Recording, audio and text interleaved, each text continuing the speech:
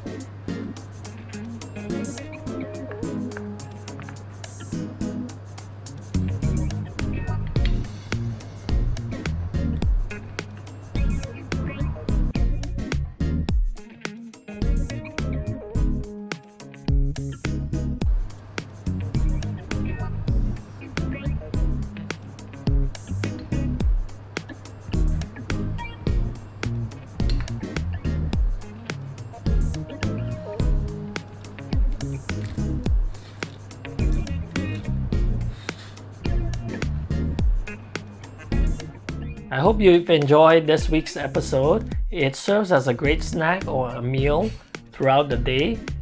This is all vegetarian, but is very unique and different from the lettuce wrap outside. Okay, if you like what you see, make sure you comment below and let us know what you think. Until next time, we'll see you again. Bye now.